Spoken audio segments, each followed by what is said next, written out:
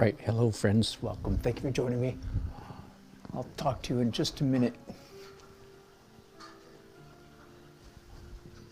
As soon as I have a spare brain cell.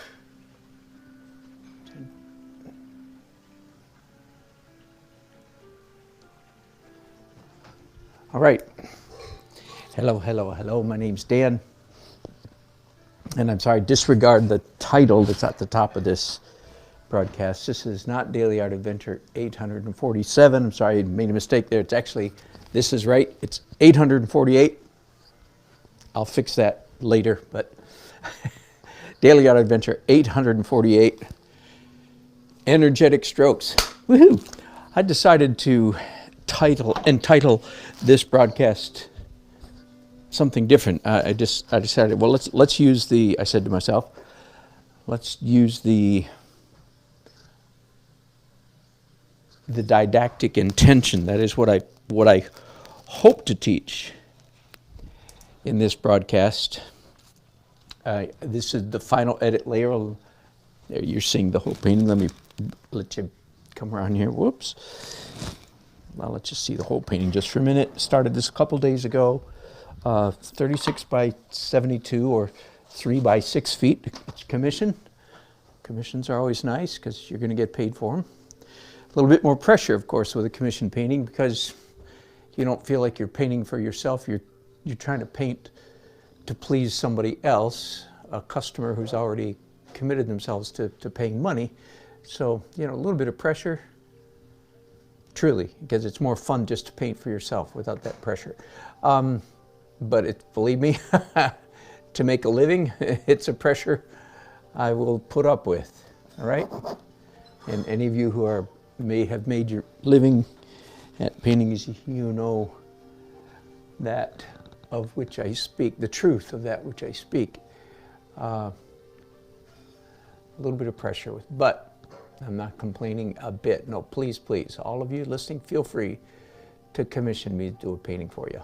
It's a pressure I'll deal with. All right, so that's what I've done. I'm in the what used to be the final step or layer in the painting process, which I call the final edit, which consists, and sometimes used to call it, and still do occasionally, light, opaque highlights. Just more a descriptive term of actually what I'm doing in the final edit layer.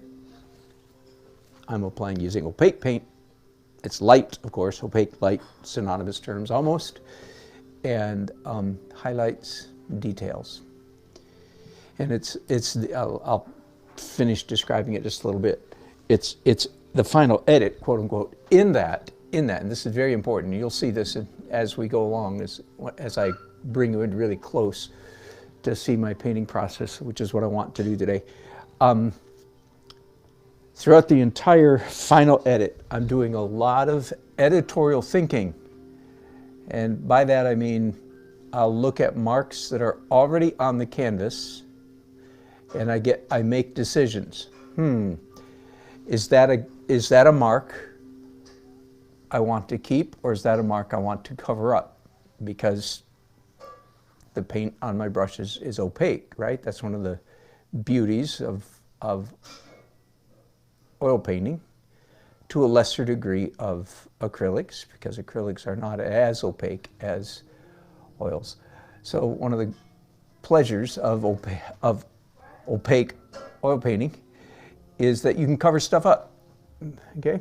And that's what makes oil painting so dad-blamed easy.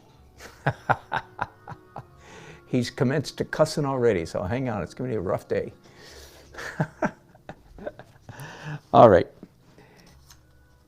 Final edit, covering stuff up. But as you can see by my title there, I'm going to call this, I'm going to aim, it just dawned on me. You know what? I talk about this all the time. I'm going to try to really bore down to energetic strokes. What are you talking about? Sounds like you should be going. Well, of course, at the beginning, I am going like this, right? And for you newcomers, I paint with two hands, yes. So I always gesture with two hands too. Little bit of background. in the last 6 months or more, probably more, I have made a solemn vow.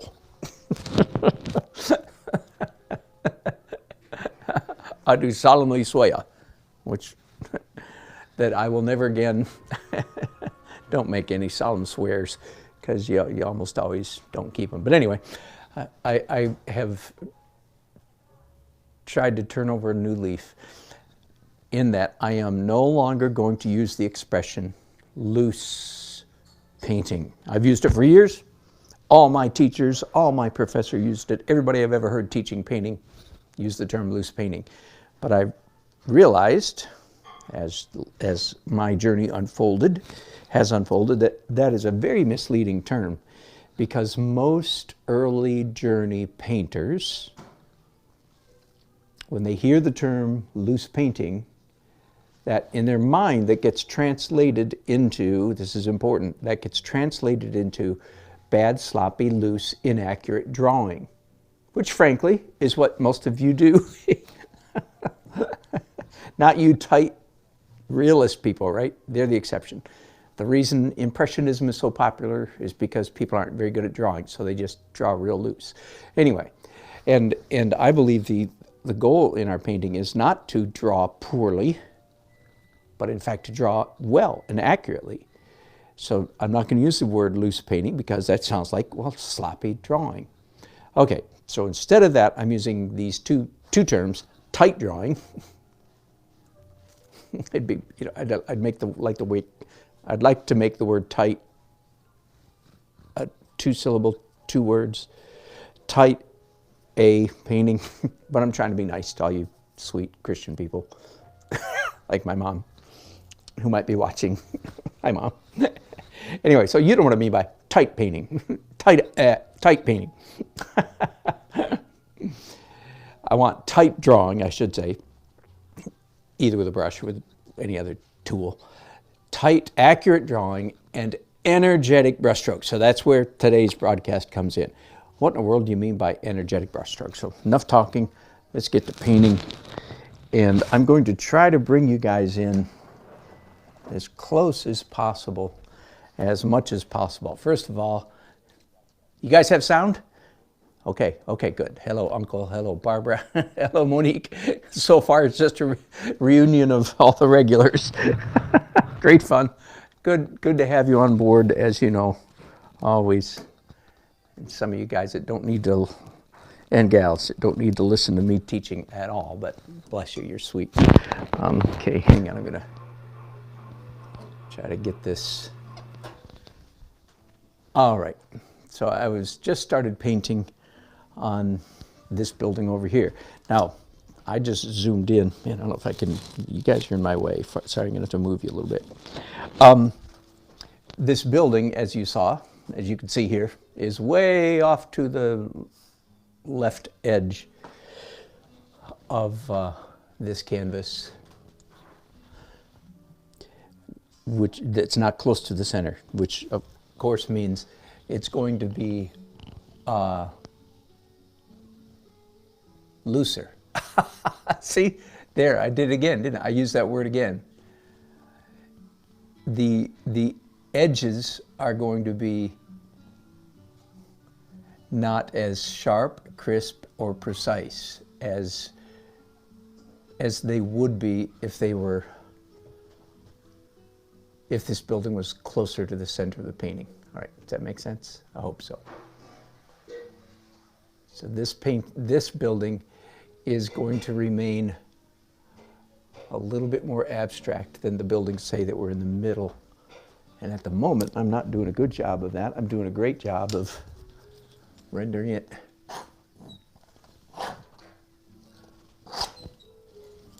fairly with hard edges. Tightly would be the normal word. All right. So with that, just understand it's going to be out here toward the edges. And I'm going to just try to paint and think about the way in which I try to flesh out this, my own advice of painting with energetic strokes. All right, am I still on the, whoops, almost not. Boy, I'm zoomed in so far, I'm gonna be gone in a few minutes.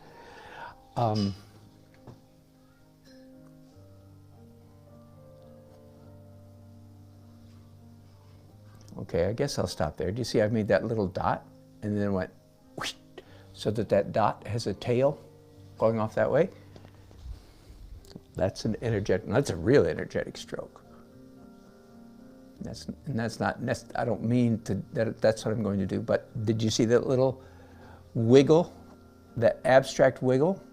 And then this mark, the last mark that I made, that doesn't really go in line. You know, it's kind of like painting outside the edges. Now that spot right there was very tight and accurate, but guess what? I'm going to mess it up.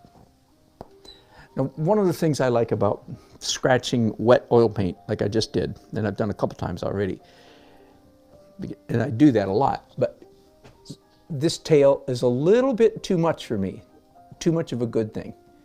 So part of the reason I like scratching like that is it's so easy to edit and undo. You know, Control-Alt-Z on your computer. It's like, ooh, no, that was a little bit too much. Let's undo that one. It looks like I'm not going to be on this building very long, so it's just, I just mixed up some lighter stuff, following my old advice of come back and do light.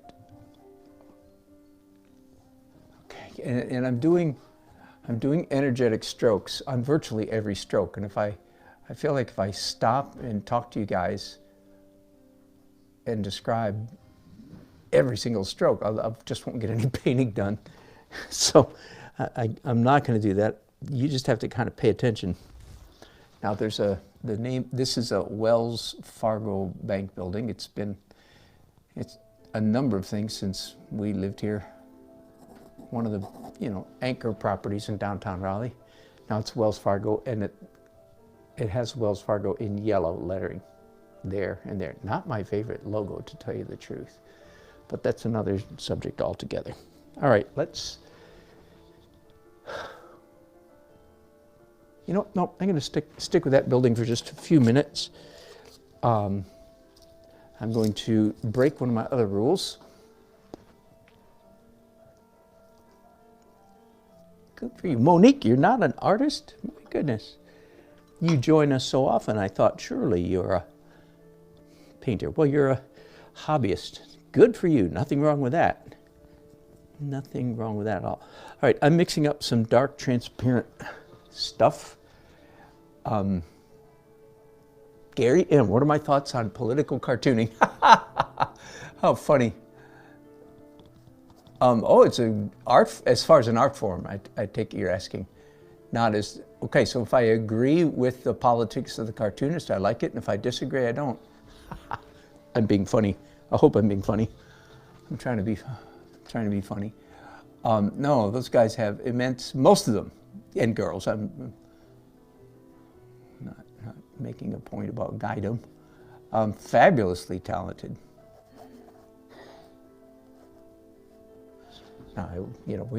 Anybody with any, I don't know what. Oh no, I guess there's, I was going to say, for most of my life, the political cartoonists in America have belonged to the major newspapers, and the major newspapers have tended to line up since my childhood with one political party, one of our political parties, way more than the other. Now there's a generous reactionary to that now, but it's still the case. But anyway, so I don't want to get into that discussion. But just as an art form, oh yeah, brilliant, brilliant, brilliant.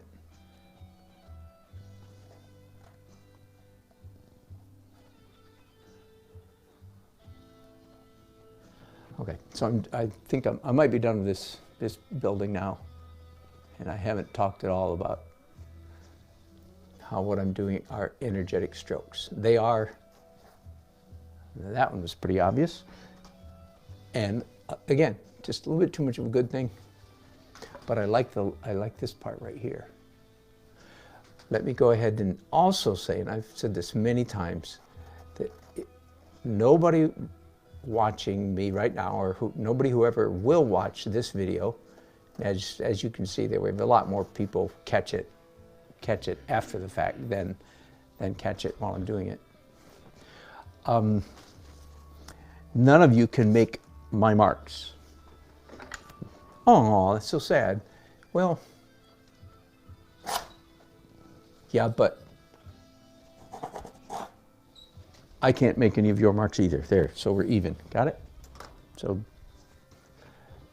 I can't help but make marks, my own idiosyncratic marks. They're like fingerprints. You can grow in your ability to make a variety of marks, but you can't become someone else. So don't even waste time trying, of course. You can be influenced by somebody else, but you can't be them. Forgive me just a minute. I'm going to put out some sap green on my palette. Sap green is one of those colors that varies so widely, in my opinion, from one company to the next. Every time I open a tube of sap green, I don't know what I'm going to get. You're getting a little bit of noise there. Hopefully I just fixed it. All right, while I'm over here in this part of the painting, let's go ahead and try to tackle the last couple layers on this tree that comes up. And yeah, this is pretty realistic. There actually is a tree, not way back there, of course, it's up close to us. I'm standing on a hill when I took this picture in Raleigh called Dix Hill, D-I-X, because it used to be the headquarters or the location of our state. I don't know what, mental health something. It was our state hospital, basically. And they have moved out in the last 10 or 20 years or something like that. And the city has bought the hill. And it did not used to be a good view of our city until 9 years ago. We had a big tornado, which was tragic. Some people lost their lives. It was very sad. Came within half a mile of our house, actually, although we were not in our house when it came in through town. Nancy and I were blissfully driving down the highway, not knowing, coming toward home, not knowing that it was a tornado warning. And we were the only people in the county that didn't know, and we were blissfully driving home. And things got windy. we were about 4 miles from our house, and a little shed barn, went rolling across the highway in front of us. At that moment, we knew things were serious. A shed, about a 12 by 12 foot shed, literally went rolling across the highway, 100 yards ahead of us. Anyway, so I'm just deep ADD, squirrel. Anyway, the tornado came through Raleigh in 2019, and it blew down several large oak trees on this property and opened up this beautiful view of Raleigh. So it's one of those, funny stories, 'tis an ill wind that blows no good or something. I don't know who said that besides my mom, quoting somebody, Shakespeare or somebody, who knows. All right, so now I'm doing some light green on this tree, and that's almost getting too much. Okay. So one note that you should be making if you're paying attention.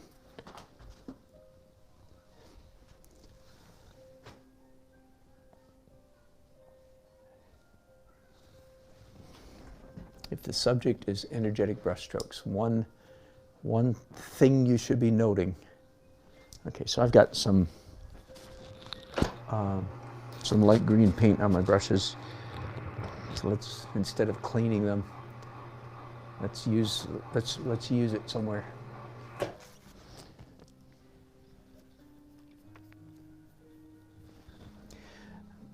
Okay, so one of the things you should, I'm going to paint right in here. Is that in the right? Almost. Almost. One of the things you should note is that I do an awful lot of, and this has grown in the last couple of years, I do an awful lot of scratching and smudging and moving and wiping of paint after I've put it down with a brush. Another thing, I guess, goes without saying, I'm so used to doing it, I don't even think to mention it anymore. That is, how do you hold a brush? Okay, the answer is any grip but this. And this sounds kind of smart alecky, but it's true. I would say 9 out of 10 paintings that I do, and this one will probably be, I never hold the brush, even this, I never hold the brush in this grip, no matter where it is on the handle. Never hold a brush with this grip until I'm doing my signature. About 1 out of 10 paintings, maybe something will happen and I will use that control grip. So most of the time, the great majority, so this, again, this would be worth noting, again, for anybody that's wanting to know at least how somebody like me paints. Hang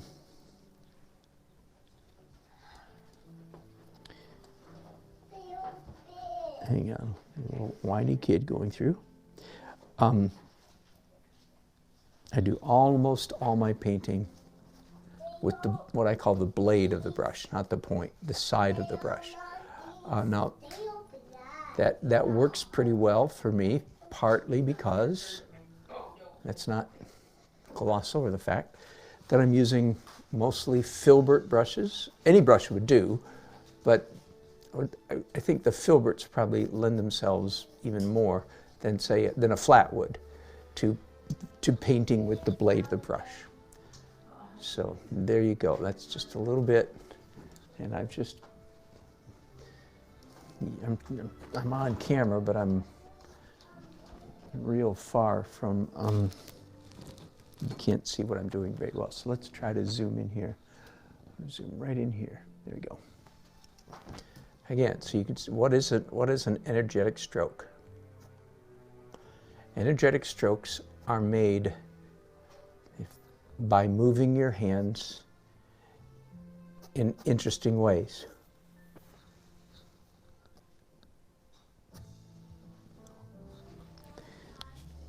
Let me expound on that a little bit, expand on that. And again, usually I call these energetic strokes, I call them making interesting marks. The essence of good painting, the sine qua non, without which nothing. If you don't have this, you don't have good painting. The essence of good painting is making interesting marks.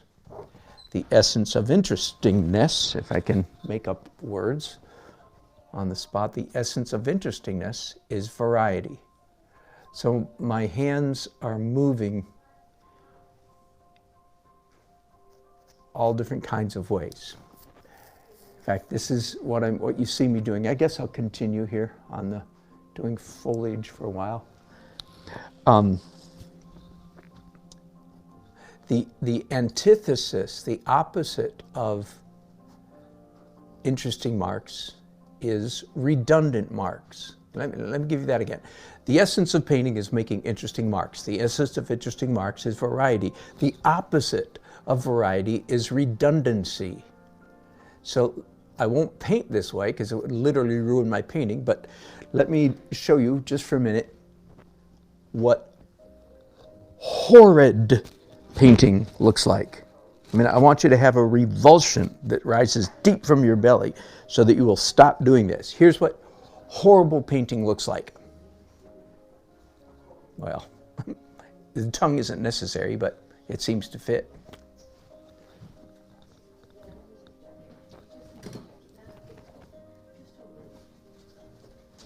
Okay, I call all of those, I have a name for them.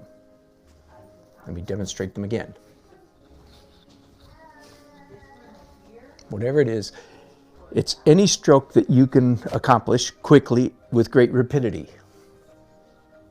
If you find yourself making strokes really fast, you probably should look and say, I have a name for them, as I was starting to say. I call them ergonomic strokes. That is, they fit the ergonomics of your body. The reason human beings have a penchant for moving like this is because it's easy.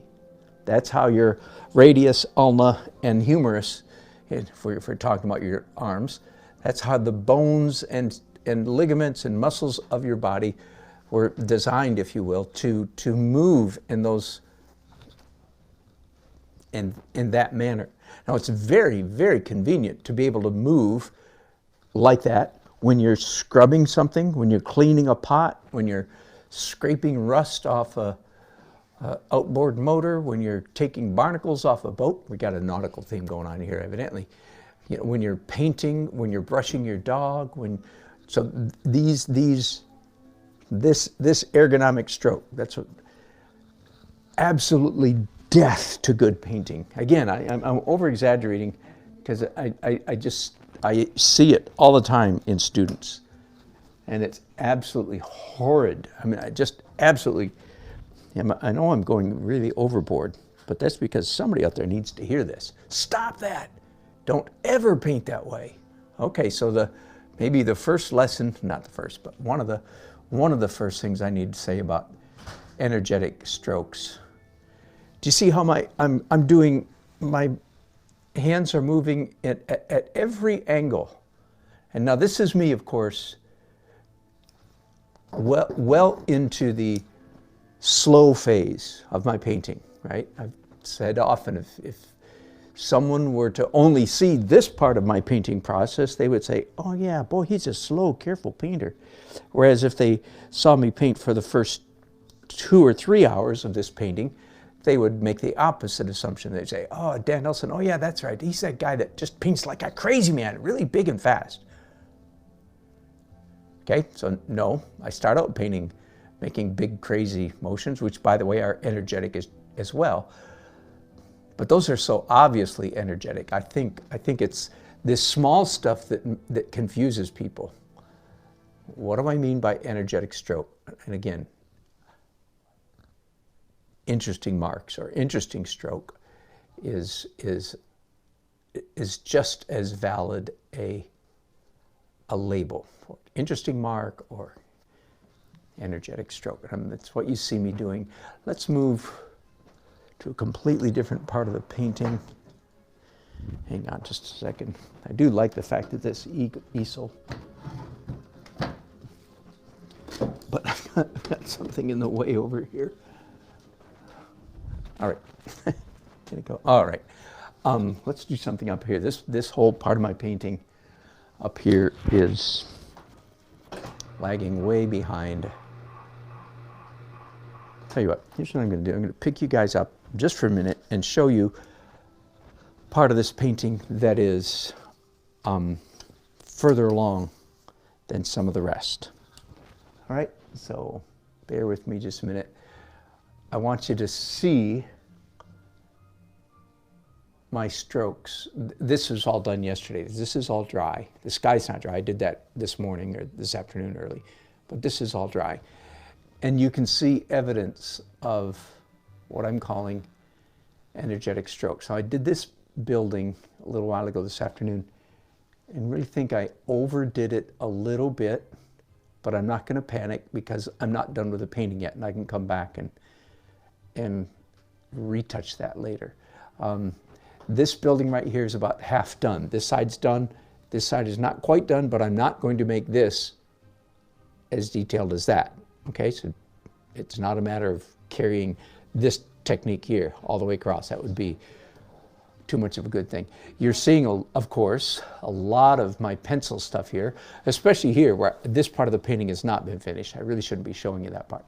But even here over here where I am finished, you're seeing lots of my crazy pencil stuff, which is, again, very unconventional. But all of it, I mean, look at these crazy marks in there. What in the world was I thinking? And look at this big slash right here. One with a black pencil, one with a red pencil. Here's more up in the sky. There's all these abstract marks, black, red. Here's a red swoosh of paint that's from the underpainting, the very first, that way back at the beginning of the painting process.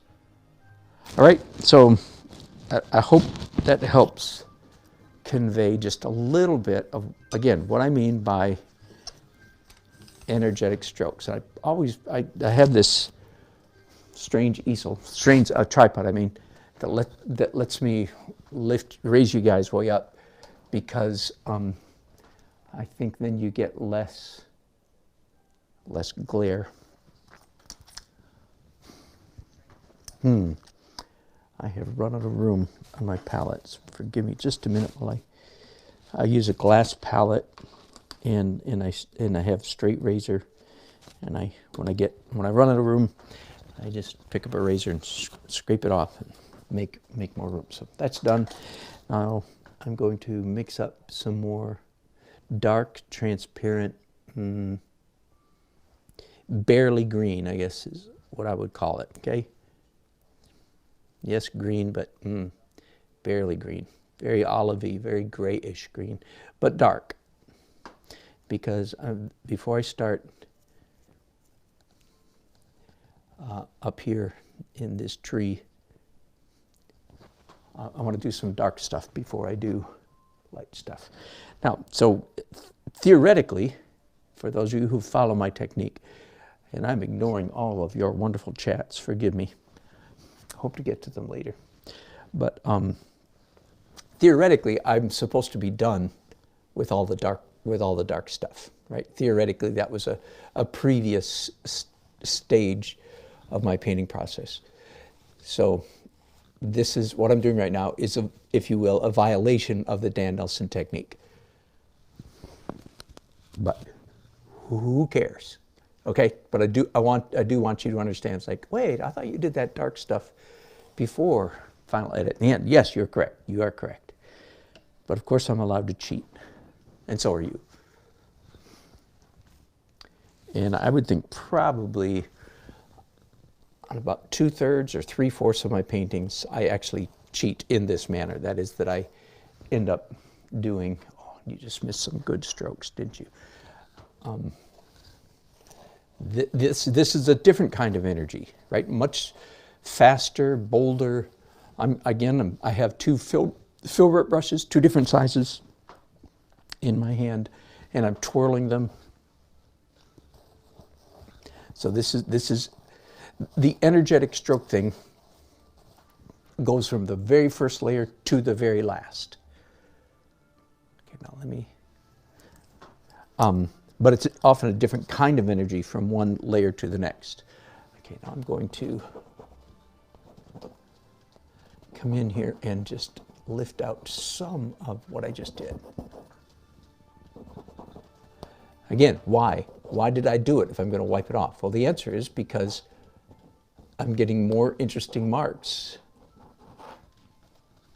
The more I, as a volitional, intelligent, so to speak, human being, I don't mean I'm intelligent compared to you, I just mean we're all intelligent creatures, the more that we interact with the inanimate canvas, the more the canvas reflects our intelligence and will. So there's a little bit of encouragement there, because there's often a point in virtually every painting when we go, oh man, this is just taking too long, this is a lot of work, and oh man, I have to fix this or that or whatever, all of which require you to engage the canvas afresh and anew. And I'm trying to move you guys. And after a while we get tired of being engaging it afresh and anew. Do we not?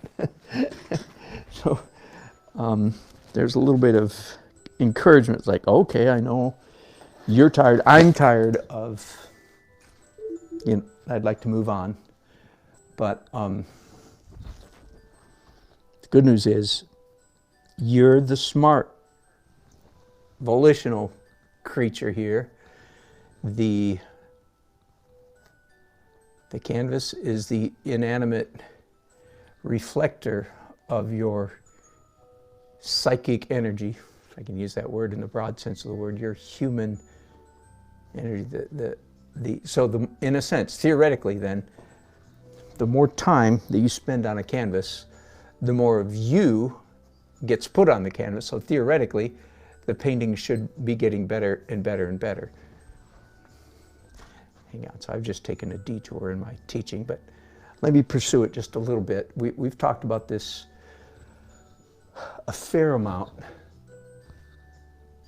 going to come over and work on this building now. Because there's a big, big, big caveat that I need to say after what I just said. Time spent on a canvas is positive. It's a net positive, unless all of that time is pursuant to realism. Unless you're a hyper or super realistic painter, okay, which of course some of you are, and we respect that. But I don't hold that as the highest form of art. I was with some friends even just this morning, and one of them was boasting about some artwork that he had seen.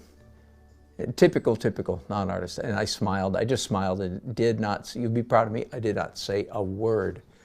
But he was saying, and golly, if you didn't know it was a painting, you would just swear it was a photograph.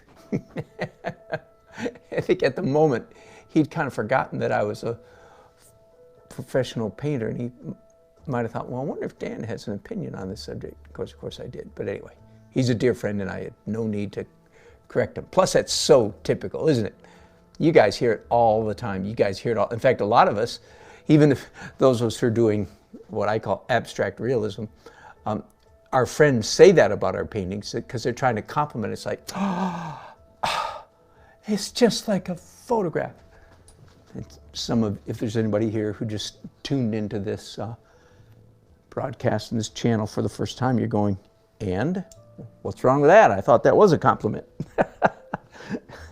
I laugh. He laughs. He does indeed. No.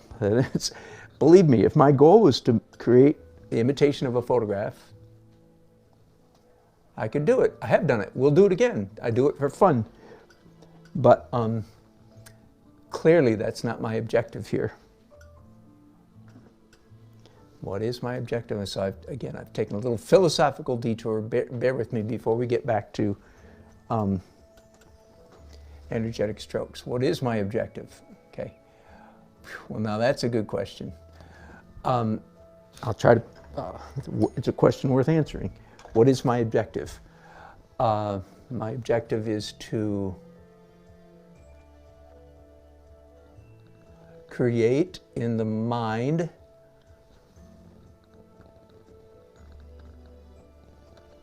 of the viewer an experience. Now, at this point where we get in trouble, I get in trouble because I get politically incorrect. Just by using the word mind, by the way, I don't know how many philosophers we have on, probably precisely 0. But let me educate you then. Then by using the word mind, most of the professors in most of the universities in the Western world would scoff at my use of the word mind because they actually do not think there is any such thing as a mind. It's a figment of our imagination built up over eons of evolutionary process that has created this illusion that humans feel like they have consciousness. In fact, before I wasn't planning to go there, but you know how my rambling is. Right before I started broadcasting today, I was actually listening to a heavy lecture given at Notre Dame University on the subject of human consciousness and whether or not it exists. Anyway, so let me rein it in here a little bit. That's the weird stuff I do. When you guys aren't listening to me, I'm even weirder than I am when you are listening. Okay. Anyway, my objective is to create an experience in the mind, soul, eye of the viewer, a pleasurable experience. Okay, so once again, by up until that point, many of the art professors of all the universities in the Western world, they were with me when I said create an experience. They were nodding their heads carefully. Of course, if they saw me painting this, they wouldn't be nodding their heads anyway. They'd be in the bathroom throwing up from looking at my painting. And I am not, well, I am exaggerating, but in essence, I'm not exaggerating. Anyway, so without apology and also without ignorance, that is to say, if you want to go toe-to-toe in philosophy, game on. Anyway, never mind. Now I'm just being downright defiant. But there are people all the time I say, you know, stick to painting. Your painting's good, but blah, blah, blah. Oh, no, my friend. My philosophy is much better than my painting. I'm a philosopher who paints. I am not a painter who philosophizes. And I might be wrong about myself, but nah. I mean, my master's degree essentially is in philosophy and history, for goodness sake. So anyway, but that's not why I'm a philosopher, because I have a master's degree. Only idiots point to who they are because of their sheepskin on their wall. All right, now I'm being really offensive. Now I'm calling people idiots. All right, let me get back to squirrel. Let me get back to what am I trying to do? Okay, I'm trying to create in the mind or heart, soul of a viewer a pleasant experience. An experience, oh boy, and here's where I really go off the rails. I would hum and haw and beat around the bush and try to avoid earning the wrath of the entire art academy of Western civilization. But okay, throwing caution to the wind, to heck with that. I'm going to tell you what I'm trying to do. I'm trying to create a pleasant experience in the mind, soul, consciousness of viewer by giving them an experience of beauty. Oh man, the word's out. I'm sorry. So that is so politically incorrect. I mean, honestly, the academy would just. I did actually apply to teach at a local 2 miles from our house. A mile and a half is a community college, and they were looking for adjunct art professors, and I applied and did not get accepted. Was I surprised? Are you kidding? Are you kidding? The only ones of you who are surprised are the ones who don't understand the academy. I'm not saying anyway. Their goals are not mine. They do not want professors like me who are trying to engender in their students a quest for beauty. Anyway, that's for want of a better term. Now, of course, we have to define what is beauty. Oh boy, and I just finished listening the other day to a hour and a half lecture on what is beauty. Of course, first of all, does it exist? And then secondly, what is it? And so on and so forth. And the person I listened to actually did have some fascinating things to say. I'll borrow a few of them right now. And I'm going to talk about energetic strokes later, but I'm doing what I said. I'm doing energetic strokes. I'm just not talking about them at the moment. Okay, so let me give you this smart man, philosopher. And I have books on what is beauty, so it's not a new subject for me. But this particular man did have an interesting, different take on it.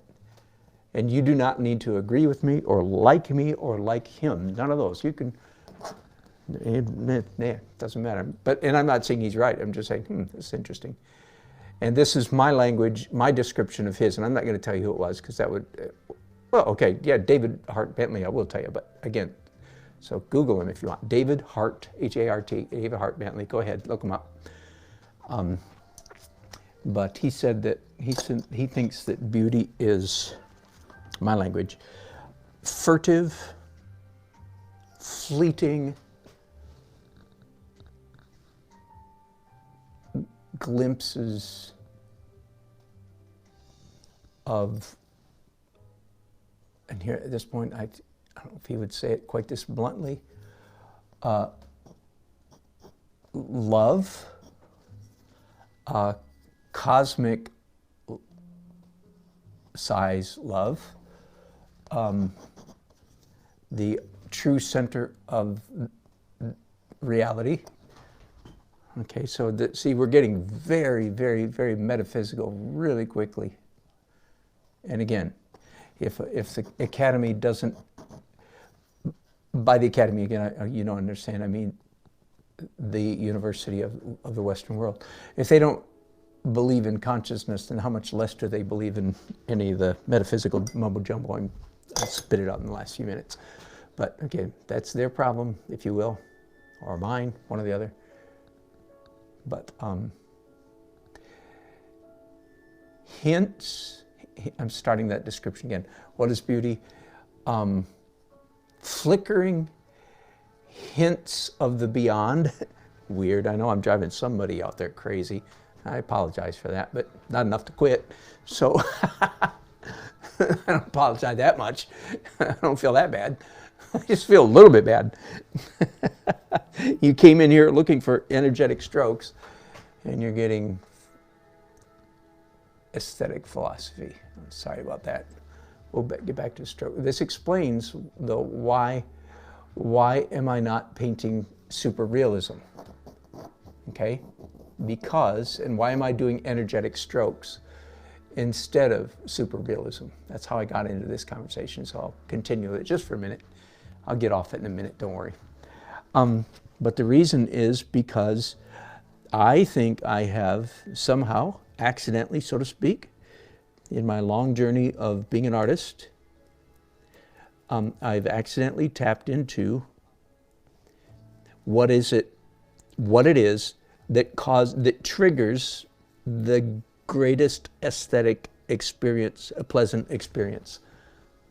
Now, once again, I mean, I don't want to bore you or freak you out, but please do understand, by trying to be pleasant and by trying to create beauty, I am essentially diametrically opposed to, again, virtually every art professor in every university in the Western world. And again, you must be absolutely flabbergasted at my arrogance.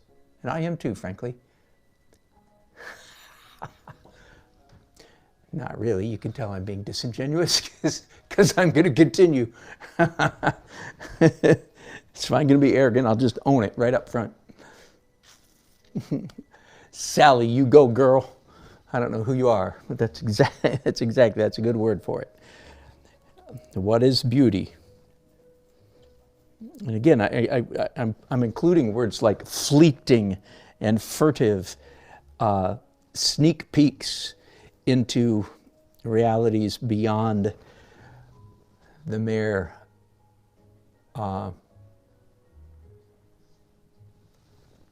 physicalism, materialism it's usually called. Materialistic it's called. That doesn't, in this case, in the philosophical conversation, materialism doesn't mean owning big cars and fancy houses. Materialism is a philosophical viewpoint asserting that all that exists is material, that everything, all reality is nothing more than a caprice of chemistry, physics, and biology. And of course, that's a valid position, should be seriously cogitated upon, weighed, valued. Now here, just since I've gotten this deep, and so I know some of you, this is not your cup of tea, so like I said, bear with me, I will get off it in a minute. Or just stop listening, one or the other. Many have already done that, I'm sure. The statement, for instance, the statement, here's a materialist spouting. All truth can be discovered or discerned by science. And there are a number of people who would say, yeah, all truth is scientific, or all science is truth, one or the other. Well, here's just a tiny little problem with that statement, in case you never thought about it. It's not a scientific statement, it's a philosophical statement. So the stater would have to say, all right, hear ye. All truth can be proven by science, with the one significant exception of the statement that I'm making when I say all truth can be discerned by science. In other words, it's a philosophical, in fact, transcendental statement in defense of science, but it's not a scientific statement. So if the statement, all truth is scientific, contains within it a self-contradiction. So it cannot be true simply because it says all truth is.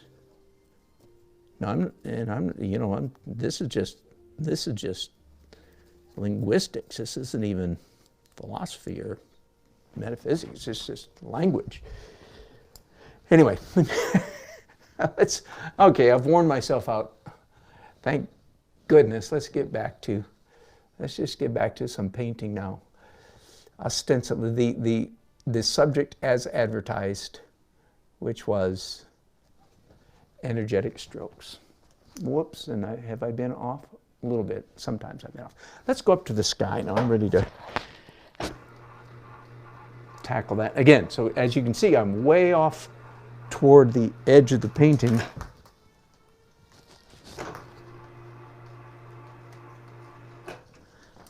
And so I don't want to create too much energy up here, because that would be inappropriate this close to the edge of my painting. In fact, I feel I've got too much energy up there already, and some of it is the stuff that I just put up a few minutes ago. So the beauty of oil paint is that it's still wet, and so I can rub some of it. I just softened some of those marks.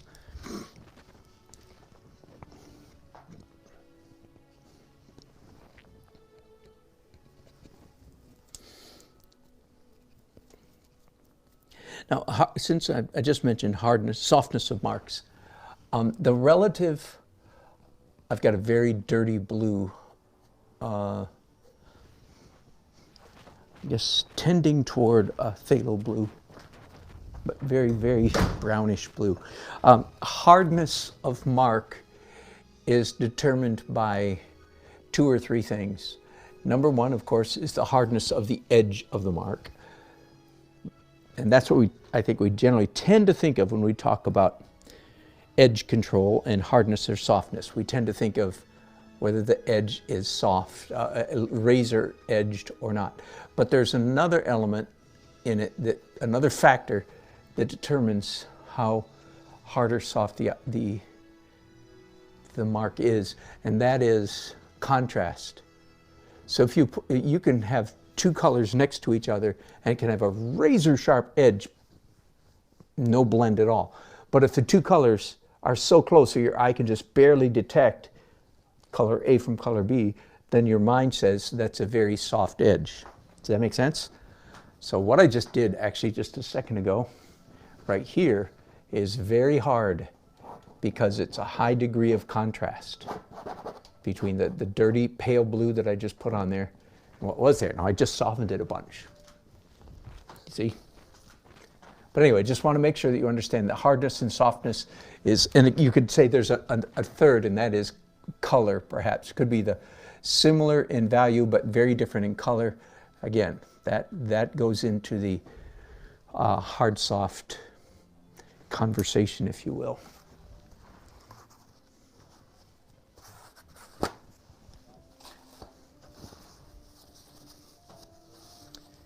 Wiping off the dirty blue now.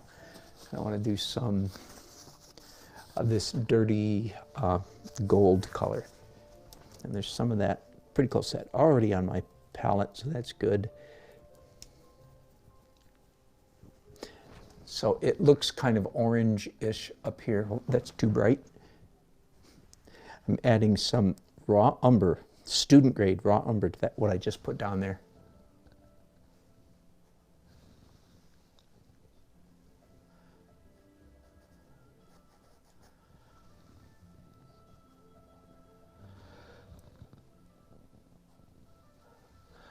I got on the subject tangentially, at least a little while ago, of realism versus, my favorite name for this kind of painting is abstract realism. I've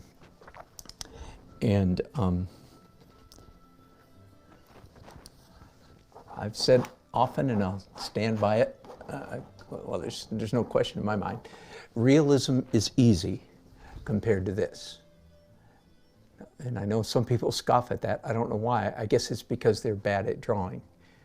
Or they think that drawing is hard.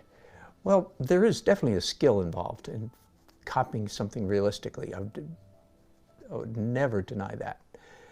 But once you've learned how to execute accurate, realistic realism, in a sense, it becomes very easy.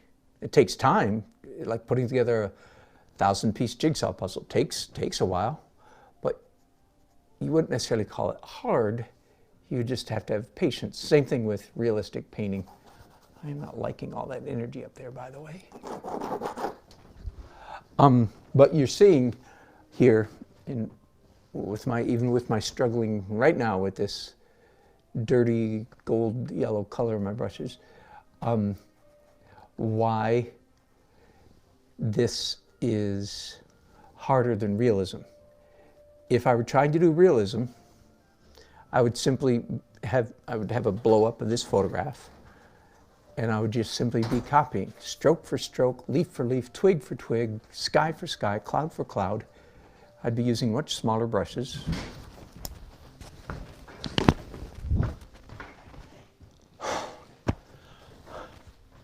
Phew, thought somebody fell down the stairs. Ooh, that's a nice color. So realism is easy because you don't have to worry about the energy of your strokes. Does that make sense? And again, I'm not dissing people who do super realism. I'm impressed with it just as you are, and it does give me a degree of aesthetic pleasure, or some kind of pleasure.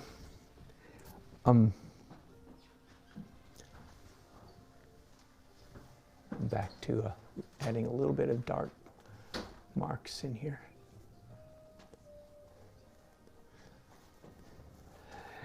The way it feels to me, so, and again, I'm good at doing realism. If you don't believe me, go to dannelsonart.com and click on illustrations or paintings and go to my automotive paintings or my portraits. You see I do realism, some of them quite tight and realistic. So you're hearing this from somebody who not only is good at it, but somebody who has done and continues to do it. I do it for fun. I literally do super realism for fun. The last one I did was a super realistic still life painting.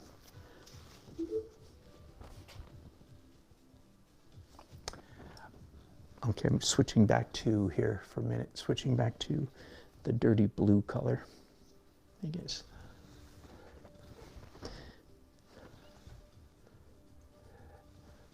When you're doing realism, you're not worried about the energy of your strokes. And as you can see, almost everything I'm worrying about, so to speak, I'm doing I've got one eye toward realism and two eyes toward, my analogy broke down there, and two eyes toward the energy of my strokes. And again, I'm doing a lot of, I thought I'd be talking a lot about energetic strokes. I've taken all kinds of detours here in the last hour. The whole time I'm doing energetic strokes, but I haven't been talking about it as much as I thought. So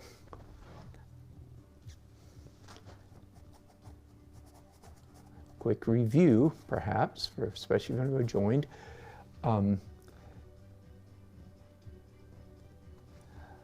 The way I'm holding my brushes. Oh, let me back up. The fact that I'm using the plural. Want to make better marks? Doggone it. Quit wimping out, making excuses. Start painting with two hands. That's all. Just especially if you're under 50. If you're over 50, I'll consider giving you a pass, and then I won't give it to you after, after I think about it for a while. I go, nah. So I never was ambidextrous. I made a decision to start painting with two hands when I was about 50 years old. So that's 16 years ago now. If I was 50, I don't remember. And it's made a huge difference in my energy of the energy of my strokes, frankly. The ostensible topic of this particular broadcast, in which we have wandered all over the map, all over the philosophical map. But golly, it was fun, wasn't it? Just nod, just humor me. Say, yeah, sure, Mr. Dan. It was loads of fun. You had me rolling in the aisles for a minute there.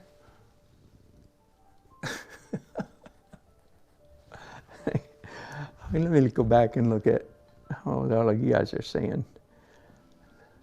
I'm looking at your chats just for a minute.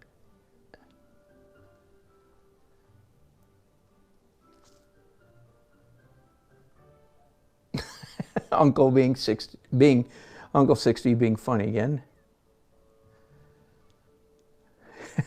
Barbara, God wanted to see Raleigh, yeah. Hello, Joker. Good night. It's too late. I'm sure you're gone already.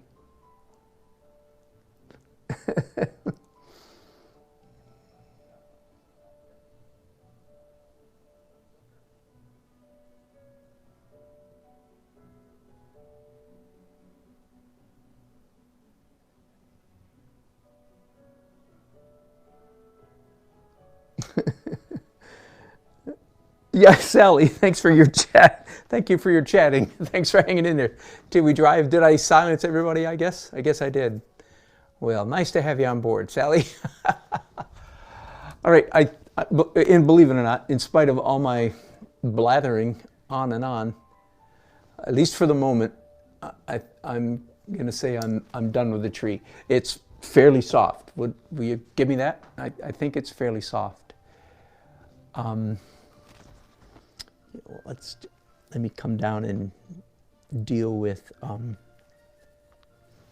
this building right here, which is actually a green building, green glass. Does that make sense to you? Do you know what I mean? It's one of those, glass and stainless steel buildings, but when it catches the light just right, it's quite a distinct green, and I do want to reflect that again, because the natives of Raleigh, my fair city, would indeed recognize, and I really wish I had some Viridian green on my palette right now, but I don't, so I'll just make do. My fake Viridian green, by the way, is phthalo blue plus a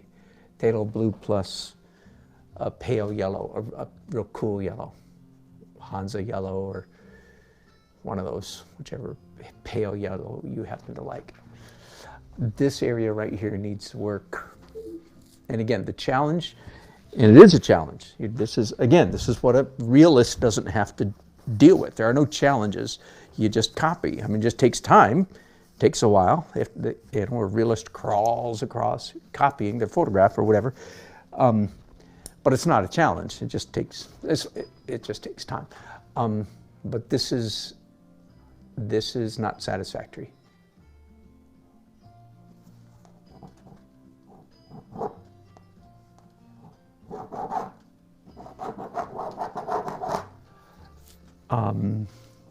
It just looks like me, the artist, whoever the artist happened to be, say, the artist in theory, just bailed out, just got tired of painting and quit in this, because I haven't gotten to it yet. So it needs, first of all, the building that's behind it is considerably lighter than I'm indicating at the moment. So let's try to correct that a little bit. Without, again, this is fairly far away from my focal point. So I do want to be careful about hard edges, sharp contrast, and yet I want it to look like the building that it actually is, with broken up by a bunch of tree branches in front of it.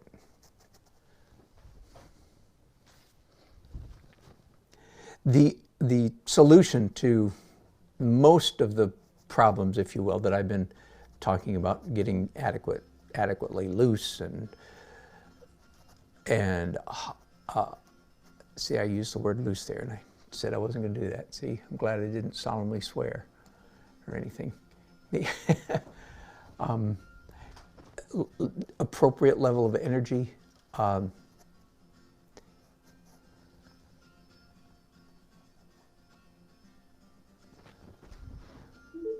The solution is to paint, in my opinion, is to paint in layers and layers and layers of paint, not as opposed to doing it all at once. And certainly that is what I've done in this painting. I am on layer, I'm guessing here, I could go back and count, but probably layer number 12.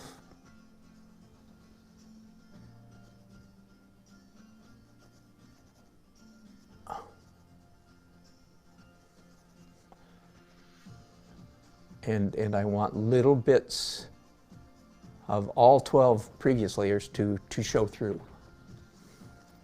It's not very hard to imagine, is it? The layers are there because I want them to show themselves in some way in the finished painting.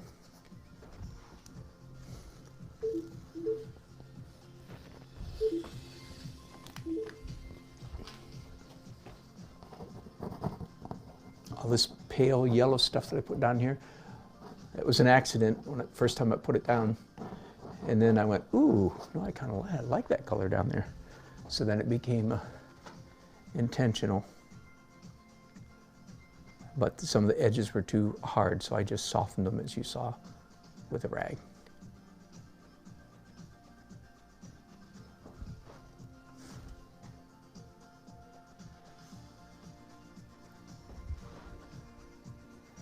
Yeah, I like that all right. I wasn't expecting that, but now that it's there, I like it. I'm gonna mix a little orange or red in with that color, so now I've got a dirty orange, dirty orangish brown, because there's a little hint of orange right there and there, and that is a huge tip, a clue for how I paint in this final edit layer. Virtually all the colors that I choose to apply to the canvas are suggested to me by the colors that are already there on the canvas. Very rarely do I take a hard left or a hard right and apply colors that aren't already suggested to me by the 12 or 11, 12, or 13 layers that are underneath. So it's created. If you watch me paint in the early stages of the painting process, you probably heard me say that one of my goals in the early stages of the painting is to create enough chaos so that I have a lot to respond to in the final edit layer. This is the final edit layer, and what I just mentioned to you is the back end of that same principle. Where did all these crazy colors come from? Like right here, there's a little hint of lavender, and I like it. Now I can look at it and say, lavender, that looks terrible. I could say that, I hardly ever do say that about any. But I see there's a little, I don't know if you can see it or not. Whoops, I'm just about off camera, sorry about that. Right here, it's the little hints of lavender. I have no idea where it came from. Doesn't matter, not my job to worry about that right now. My eye just picked it up and go, ooh, that looks like a fun idea. Let's push that a little bit. So I'm mixing up again down here in my palette a very dirty lavender. Now the irony is that as soon as I put it on the canvas, it doesn't look dirty anymore. It pops up as quite intense. That's amazing. It looks so dirty down there on my palette when I put it here. I'm not really surprised by that because it happens all the time.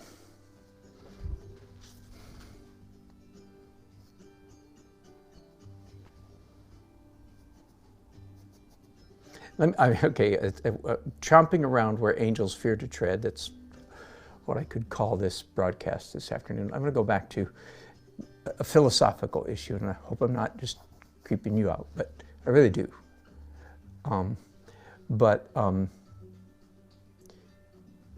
When I said, why am I painting loose? And the answer sent me off on a long philosophical tear. I said that I'm trying to create in the mind, heart, soul experience of the viewer a pleasant experience, typically categorized in the arena of aesthetics, a pleasant aesthetic experience.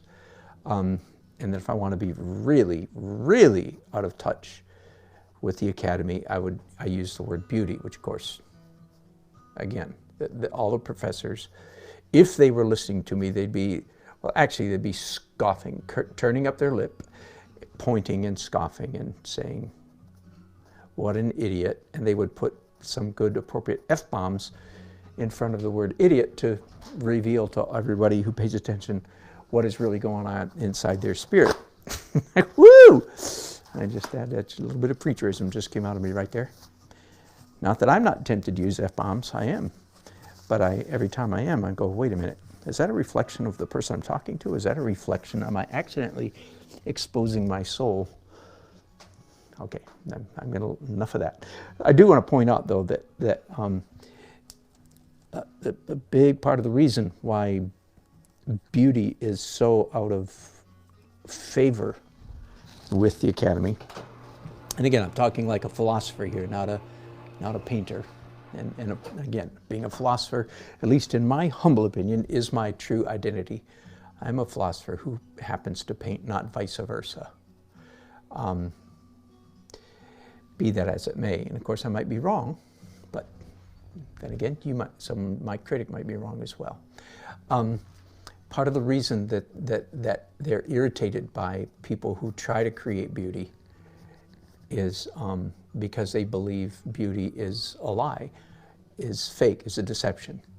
And they have come to that opinion. Most of them don't even know why they have that opinion. They just have it because that's the opinion that has been fed to them by osmosis through their experience in the Academy from kindergarten through grad school. But they honestly believe that those of us who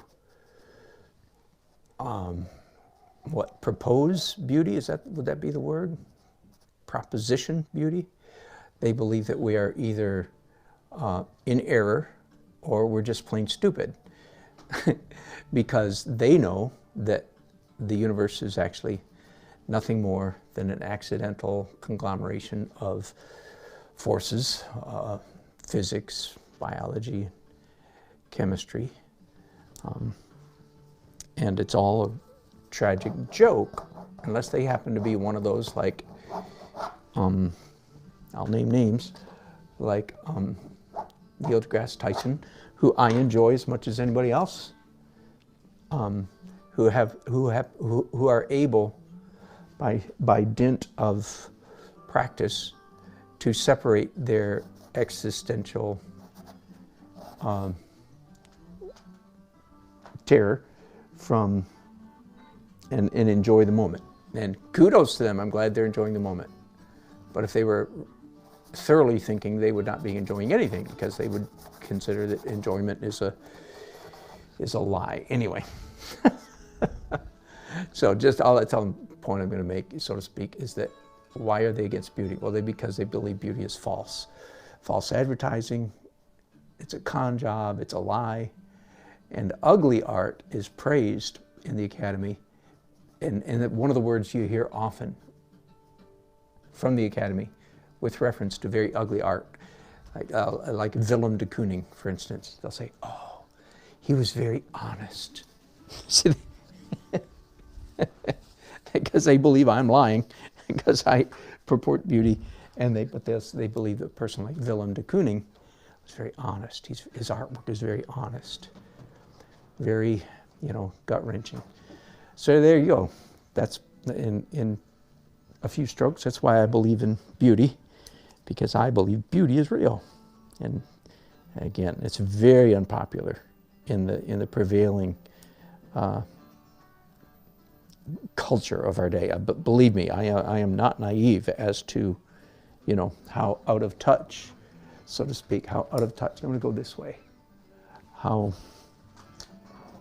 contrary my worldview is.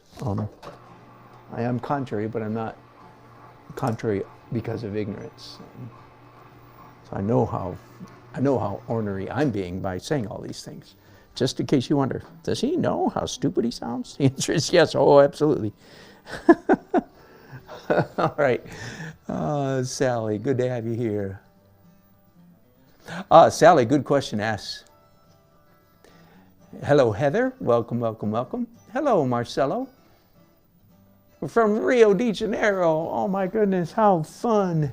Thank you for joining us. What fun. Not that I don't appreciate all you people who come to me from nearer by. I do. But it's always particularly fun when somebody tunes in from far away from North Carolina. Rio, I have never been to your beautiful city. I would love to come. I have been to Brazil one time, but way up in the, as we say here in America, in the boonies, out in the, way out on the edges of Brazil, literally. São Luís Maranhão. You can close the door behind you? I'll close it for you. You good? São Luís. Anyway, and had the option to go on to Rio de Janeiro, but this is 30 years ago, and we were too broke. I couldn't do it at the time, so much to my never-ending disappointment, I've never been to Rio. All right, and Sally asks, am I using student-grade paint? Yes and no. No, the answer is no. I use good paints with one exception. That's the exception I'll tell you about right now. That is, I use student-grade, this happens to be Soho, raw umber. Raw umber, I'll tell you why. And I've talked about this quite a bit over the last several years. I typically use a student grade raw umber paint. Oh boy. Do you need to come in? Yeah. You can come in without ringing the bell. You just come right in, okay? Okay. I'm used to that. Yes. Yes, you are. Where's Katrina? I don't know. I'm just here painting, so I don't know what's going on very much. What are you painting? Well, do you know what this is? No. It's a painting of Raleigh. Downtown Raleigh. Isn't that pretty? How are you doing that? Practice. How long have you been painting? My whole life, since I was your age. Wow. Since I was 5. Well, not painting, but drawing. Anyway, since I was a little kid. I started drawing when I was like 1. Yeah, of course. Me too. Good. Keep it up. All right. So I was talking to my friends on the camera here. Hang on, what was I starting to talk about? Oh, yeah, student grade paint. Okay, Sally, raw umber is my favorite color killer color. Like, Mr. Dan, what color do you like to use most to back down chroma? Right?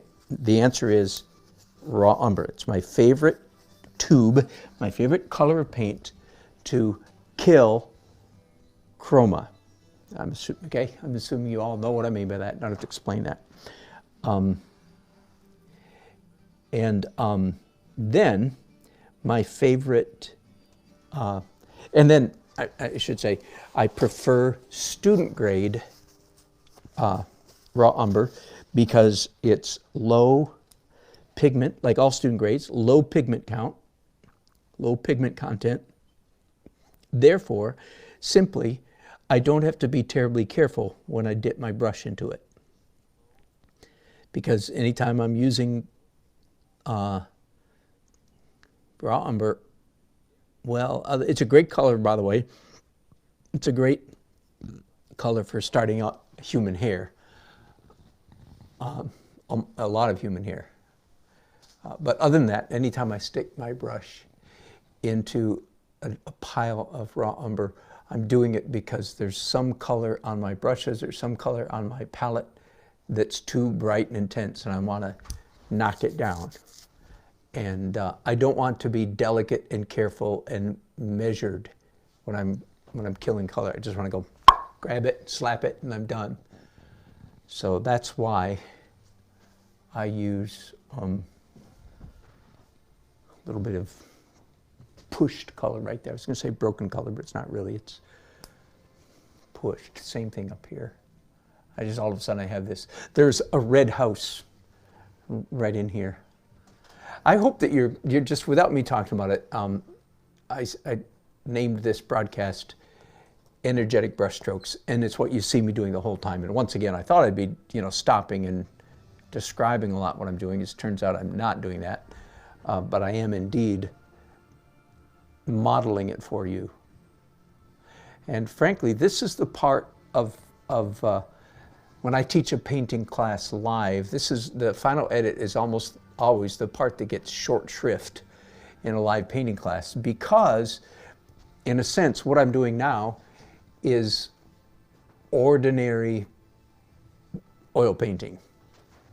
And if somebody's a master oil painter, what I'm doing right now is like, yeah, I don't need to see that. What I want to see is the weird stuff you do at the beginning, okay?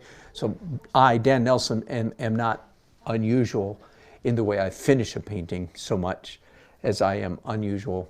I mean, all of this, the energy in my strokes and so on, the looseness is, I mean, it's my own touch, my own mark, but the technique per se is not unusual. So that's why in my classes I tend to focus on the unusual aspects of my painting. But then, of course, very often I discover, it's like, oh, wait, no, people by and large do not know how to paint well, because that's why they're taking the class from me. So anyway, if I will point future students, I've gone way off camera, hang on just a second. I will point future students perhaps to this broadcast simply because of the unusual name.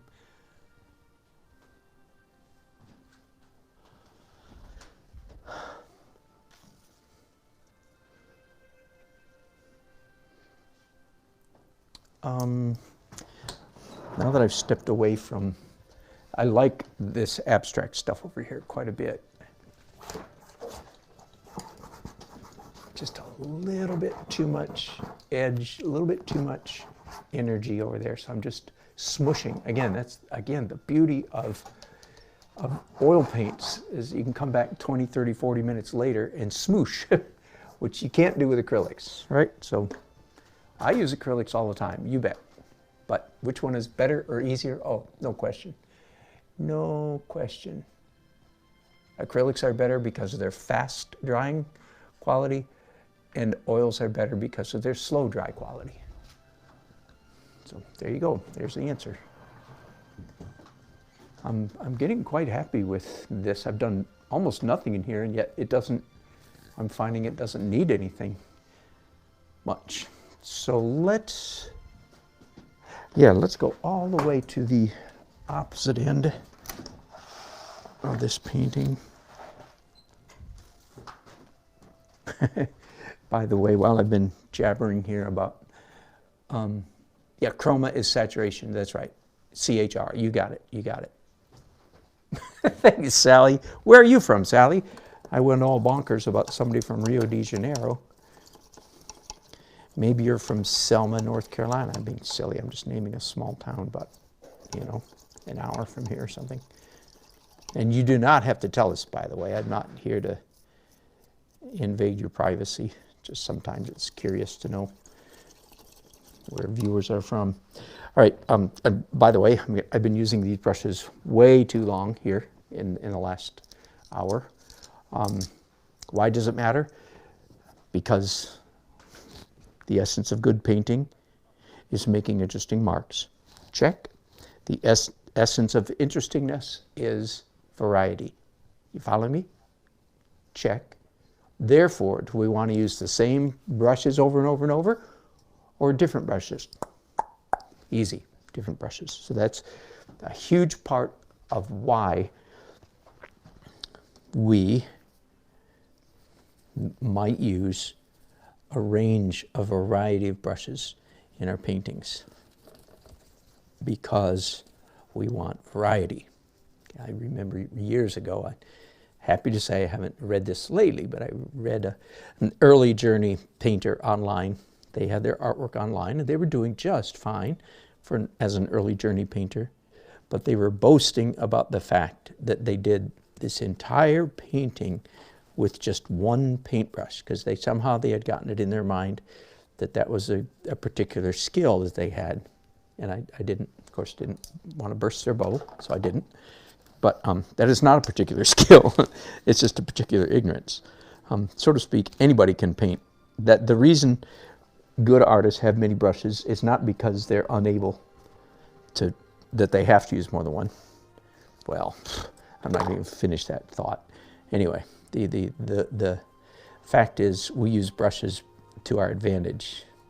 So, and I actually use those too long. All right, I'm going to move you guys again.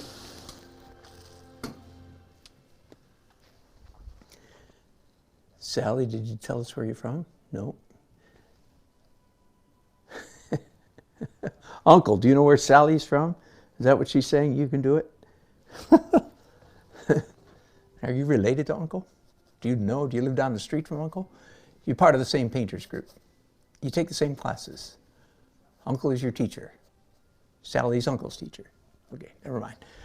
I've got a very dull, medium dark I'll call it olive green, not very brushes. And I just added a bunch of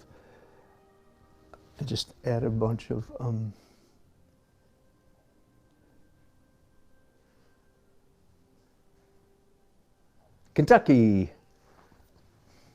Thanks, Sally. I missed it. What fun. Good to have you. I'm actually having a hard time with the glare coming in through the windows behind me.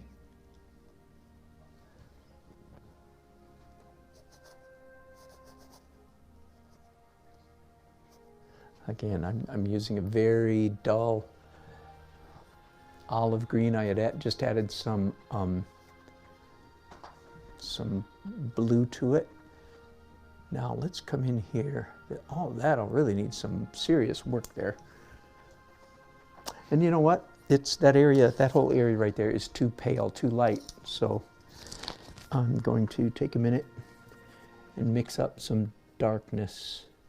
So some oxide red and some phthalo blue should give me a nice, very, very dark green. Indeed it did. All right, so again, this is me cheating my technique, because theoretically all this dark stuff was supposed to be done in a a couple stages ago, right?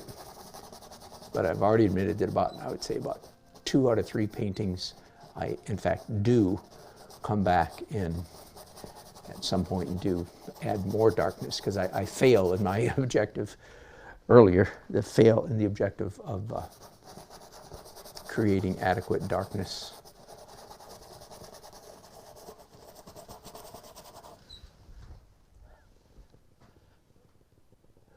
Yeah, I think that's okay.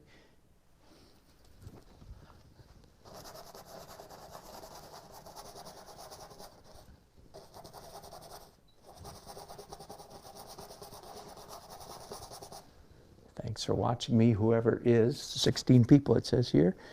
Must be a very boring Saturday afternoon where you are. What better to do? I'm helping you get a nap, I bet. Half of those 16 are sitting in their lazy boy recliner, Z-ing away. That's very possible. Glad to be of service, sincerely. All right, now I've got the same brushes. Add more green to that.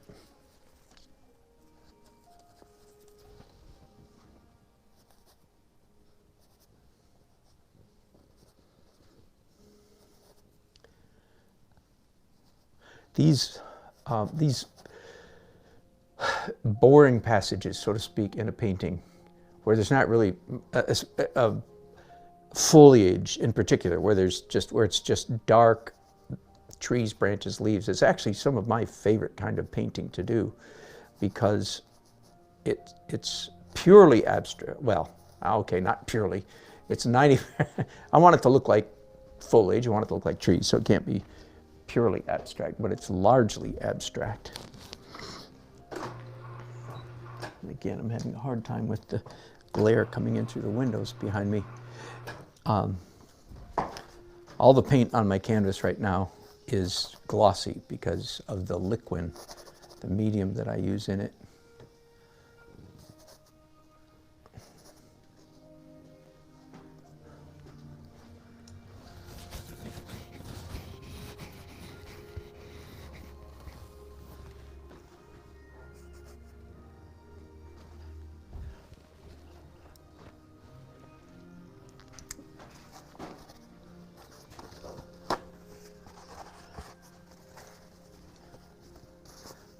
I was thinking about turning you guys around and letting you see my room.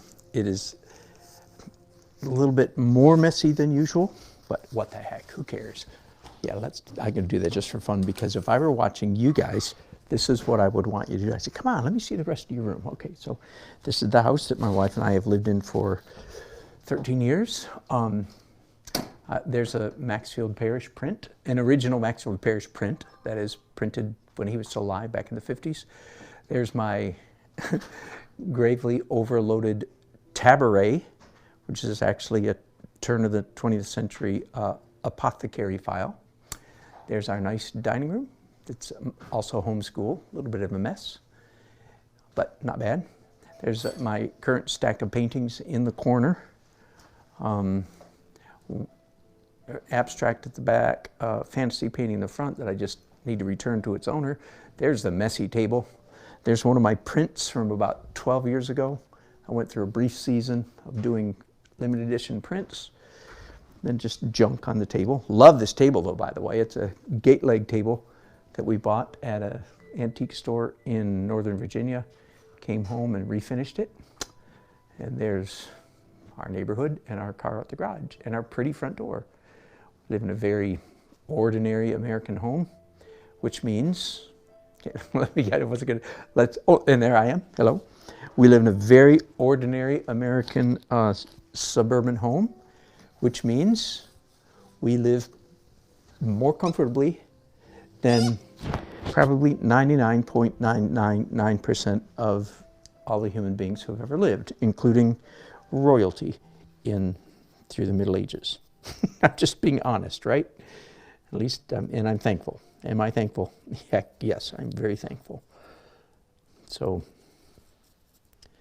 a very modest American suburb home equals more creature comforts than Louis the 14th, except that he had some crazy things that he. all of a sudden, I've got Garth Brooks. Mel Brooks. All of a sudden, I've got Mel Brooks.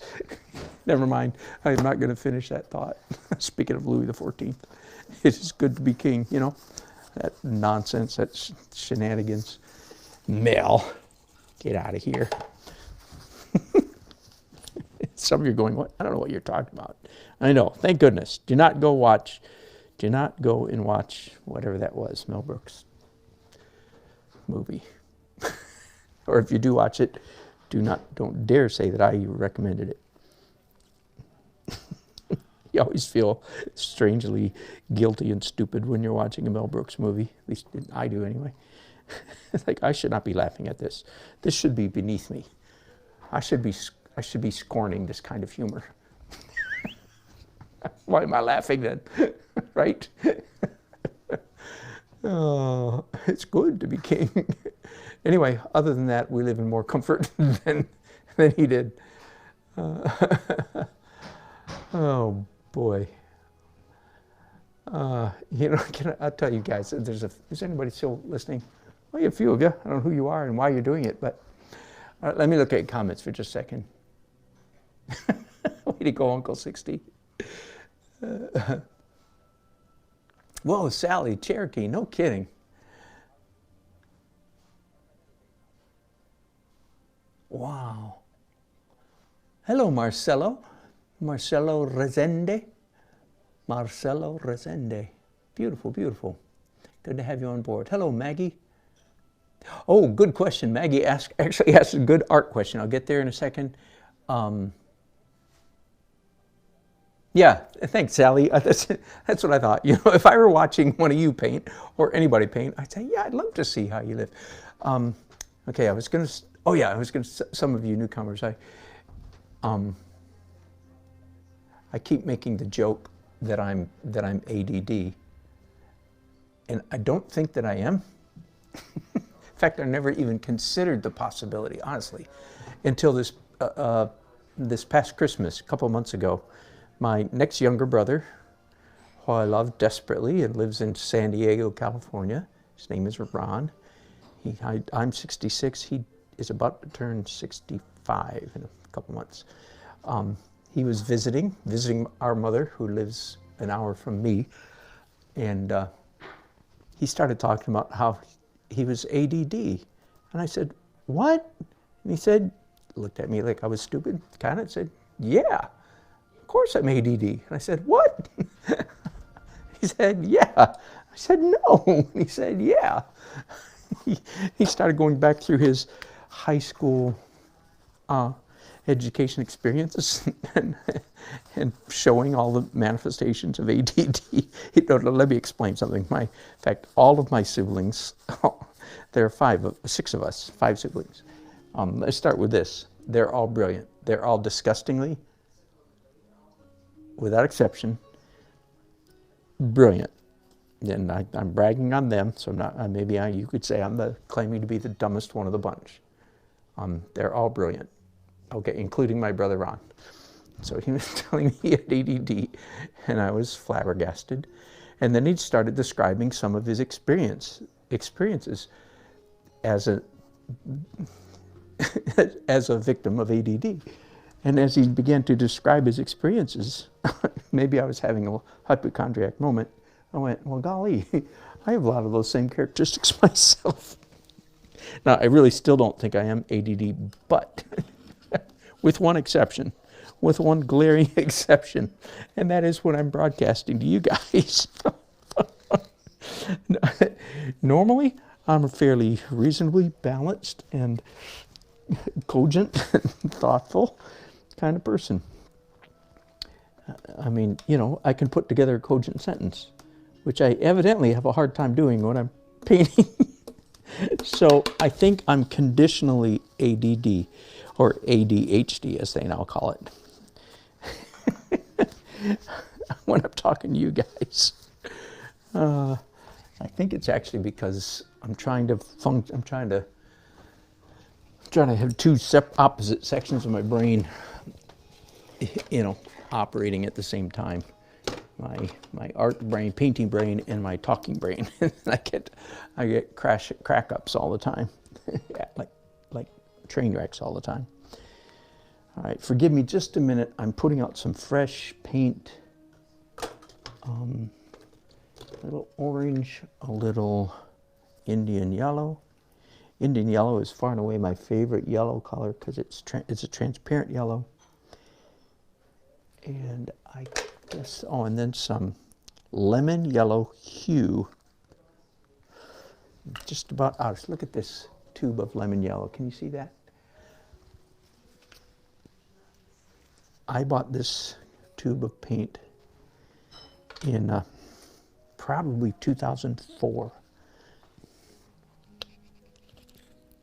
Maybe earlier. Isn't that crazy? In fact, I have some paints in my drawer over here that I've had since 1999. Wow, and they still work. Is that crazy? People complain all the time, like, oil painting is so expensive. And I go, yeah, unless you compare it to golf or skiing or any other hobby you can think of. Anyway, I'm thankful that I don't know. I don't think it's that expensive. Maybe it's because it's how I make my living, so it's all relative. All right, I can't believe anybody at all is still listening to me. This is the most rambly broadcast, just about. This ranks right up there with the most rambly.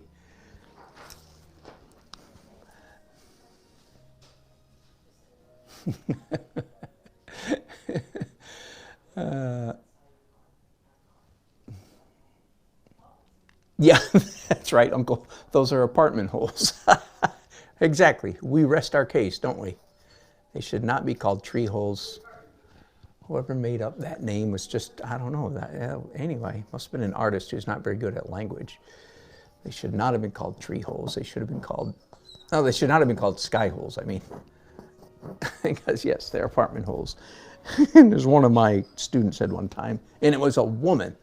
Can you believe it?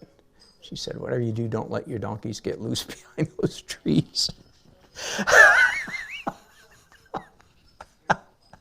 I'm sorry, and my mom would not approve that joke at all, I promise. And it was spontaneous. It was on the spot. And it was by a woman said it. And as you can tell, me of little brain.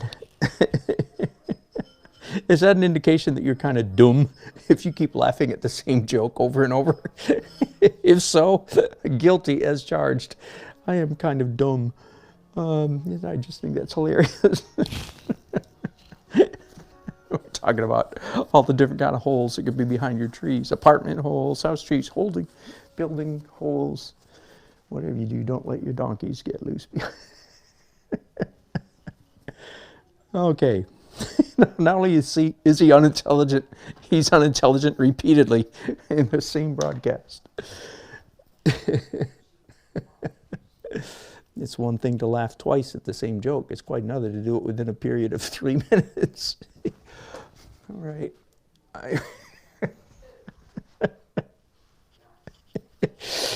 Now I'm just laughing at how stupid I am. It's great fun. All right. Any other chats going on over here? Squirrel. That's exactly right, Heather. Squirrel. Which is, I think, is a reference to the movie Up. Am I right? That's where I learned that. I don't know if it was before the movie came out. It sure seems like it's widespread in our culture now. That expression, squirrel. It came from, I think, the movie Up, but I don't know if I'm right or not.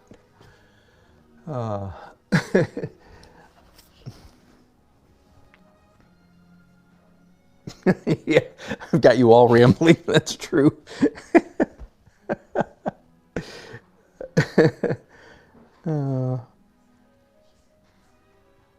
Sally, good point. That's the good point. that jabbering while you paint might not be a bad idea. And I have admitted more than once that part of the reason I broadcast is, first of all, again, some crazy screw loose that even I don't understand, because I'm essentially an introvert, so you'd think I'd want to be all by myself all the time. And I do enjoy my alone time. But no, I'd rather paint, if I'm going to paint, I'd rather paint with company. So like I said, I can't even explain that. But the other thing is, because when I'm painting, if I'm if I'm talking about painting, which is what I'm supposed to be doing today, that old adage that the teacher learns more than the student, I think is so true. And when I'm talking about painting, it keeps the universal principles of teaching fresh on the forefront of my mind, because I want to teach other people how to paint. So I keep reviewing the basics over and over and over again. That is true. All right, but there is a limit, and I've been broadcasting for goodness knows how long today. Actually, Google knows, YouTube knows how long, and I'll find out as soon as I hang up here, and I'll go, oh, doggone, I was talking nonstop for 2 hours. That ought to be against the law. But I appreciate your company. Let me back up. Whoops, sorry, I was off camera just for a minute there. I didn't do anything exciting, I promise. Yeah. I moved the camera, then I moved the painting. It doesn't make much sense. All right, so I think I'll sign off here. In a minute, there's the finished painting. Of course, I've got a wide-angle lens, of course, so even there, you're getting a curvature that doesn't exist in the painting. Let me stand back for a minute. I've got a little bit of too much dark in here that needs some definition. Same thing here and here.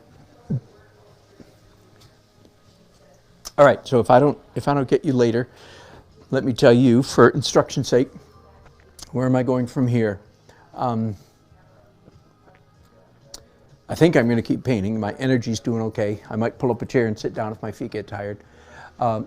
Next step in my standard procedure, next step is broken color / pushed color. Okay, so broken color means I'm going to be, well, I'll do a little bit of it right here before I go. So it means I'm looking for areas. I'm going to mix up a color. I'm going to mix up an orange red right now on my brushes, and it's opaque, so it's generally light colors, not terribly dark. And it's about a number, I'd say about a number 5 value, maybe number 4. So if my calculations are right, this area right here is about a number 5 or a number 4. And yeah, that's pretty close. Let me look for somewhere else. So what I'm looking for is areas of the painting that are equal value. So when I say number 5, I'm talking about from a 10-degree black scale, 10-degree grayscale, from black to white or white to black, whichever, and 5's right about in the middle. So the paint that's on my brushes right now is a kind of a dirty orange, and it's about a number 5. So I'm looking for parts of the painting that are a number 5 value, but they're not orange. They're not this color. That was a misfire, and I don't like that mark, so I'm going to take that one off right there. No problem. I don't get mad at it, and I just rub it around until it looks good. So that's what broken color means, and I'll go all the way around the color wheel. Purple, red, orange, yellow, green, blue, and put wherever it isn't, where it's a different color but same value. But at the same time, while I'm doing broken color, I also discovered, I can't help myself, I also do pushed color. So let's go back again. Say I've got some fairly intense orange now on my brushes. I also will see places where it's already orange, and I just want to give it a little nudge in that direction. Okay, so that's the next step, is broken / pushed color. And then the last thing I do, maybe. Oh, and then I do typically transparent glaze over the whole thing, any colors I want, a variety of colors. And then the last thing I do these days is sparkle, which means I come back and just, it's less than 1% of the painting, I'm sure, that slightly lighter lights, my lightest lights, wherever they may be. And some of that I try to do with a palette knife, just for the variety. Again, variety is king, variety of texture. So that's where I'm going. I won't be finished this painting today because it has to be dry before I do the glaze. And I might paint tomorrow. I don't often paint on Sunday, but I take a day off. But tomorrow I might, because I'm really anxious to get this one done and delivered maybe by Monday, if not, at least by Tuesday. All right? Anybody else? Hello, Illyria. Thank you for joining us just in time for me to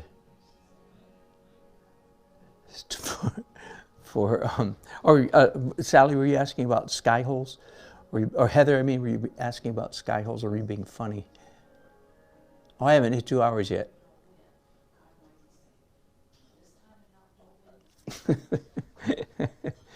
Well, I need my downtime. Love y'all. I'm just being silly now. All right.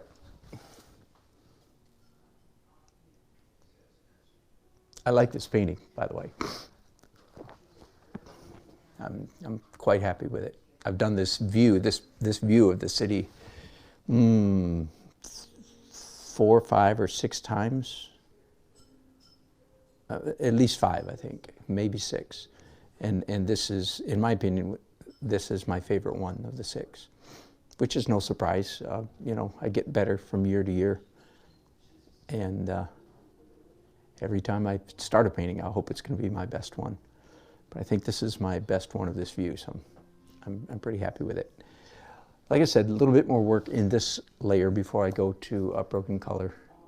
I got some big dark areas that are just inscrutable at the moment. You can't, like, what's going on there? It just looks like a big black blob. Easy fix. I just need to come in with slightly lighter values to paint and make it look like some branches that you can see.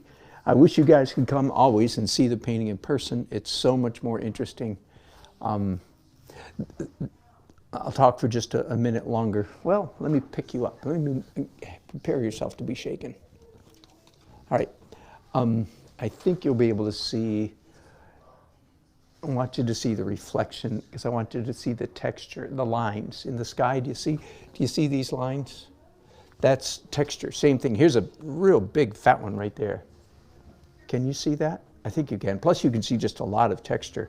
Well, a lot of that, especially the big ones, here's another one right here. Do you see that? It's a bump, a big bump in the painting. And that stuff is going on everywhere in the painting. And a lot of that was put there way near the very beginning of the painting process, when I put down a swath of white acrylic paint. Some of the color, much of the color that I put down initially, the abstract color, has been covered up. But those ridges are still there, and it's very counterintuitive. In fact, I can imagine, especially some people who, I don't know, maybe they're not that artistically savvy, or somebody who's not an artist, kind of curling up their nose and say, oh, it's too bad he has those lines up there in his sky. I can imagine that. Of course, as you know, I'm going, heck no. Very intentional, very intentional. Again, because the painting, my paintings are I'll say a sly interplay between picture, realism, and abstraction. It's a push-pull, it's a tension, very good word, a tension between realism and abstraction. And I would, once you know that, it's crystal clear, because it's everywhere, for goodness sake. I just happen to be looking at a funny little mark. Where is it? Right here. Can you see it? Well, I'll bring you in. So like, there's this little pencil mark Yeah, right there, this red pencil, look at that. And then another one right there that's parallel to the dark mark. You understand, has nothing to do with anything as far as realism is concerned. And again, you regulars, you've heard this blah, blah, blah, blah 1,000 times. But I was saying, I wish you could see it in person because it's much more interesting because as I move back and forth, the light hits, the reflection hits different parts and my eye picks up, especially those abstract underpainting ridges. Again, that I think a non-painter or some people go, well, boy, it'd be a good painting, but it's got these, it's too bad it has those lines in it. All right, I ramble now.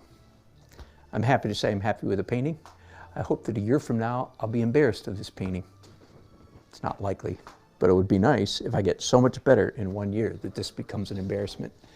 Wouldn't that be good? It sounds strange, but it's literally true. I'm not holding my breath. I mean, I don't know how I can improve that much in a year. But 5 years, very, very, very believable. I hope to be a good artist by the time I'm 70. I started saying that at age 55 when I had a while. Now I'm down to the wire. Only 4 years, I'll be 70.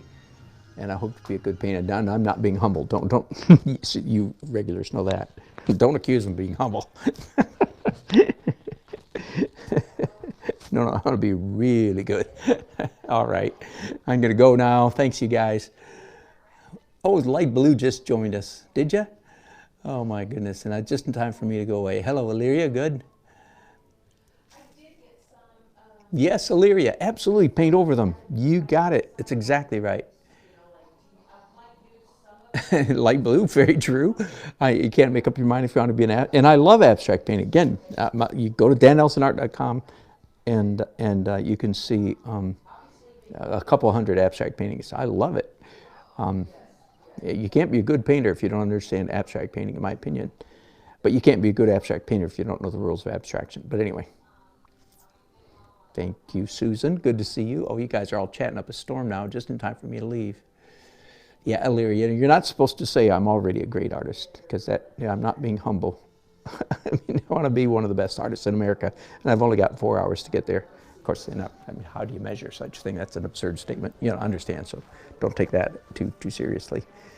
Thanks, Sally. I'm going to make it. I hope so. Yeah, light blue, exactly. You saw it. It was just a bunch of crazy colored lines. Yeah, Heather, that's right. Watercolors have other tricks, and boy, do you have tricks. Do we have tricks?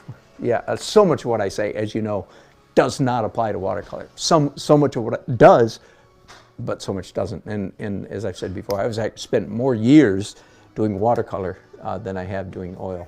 Only started oil painting about 20 years ago and did about 25 years of watercolor before that. So I wasn't that good, though. Anyway, all right. I rambled long enough. Love y'all. Thanks for chatting. Thanks for joining in the conversation. And I'm gonna go on. You're very welcome. Bye-bye.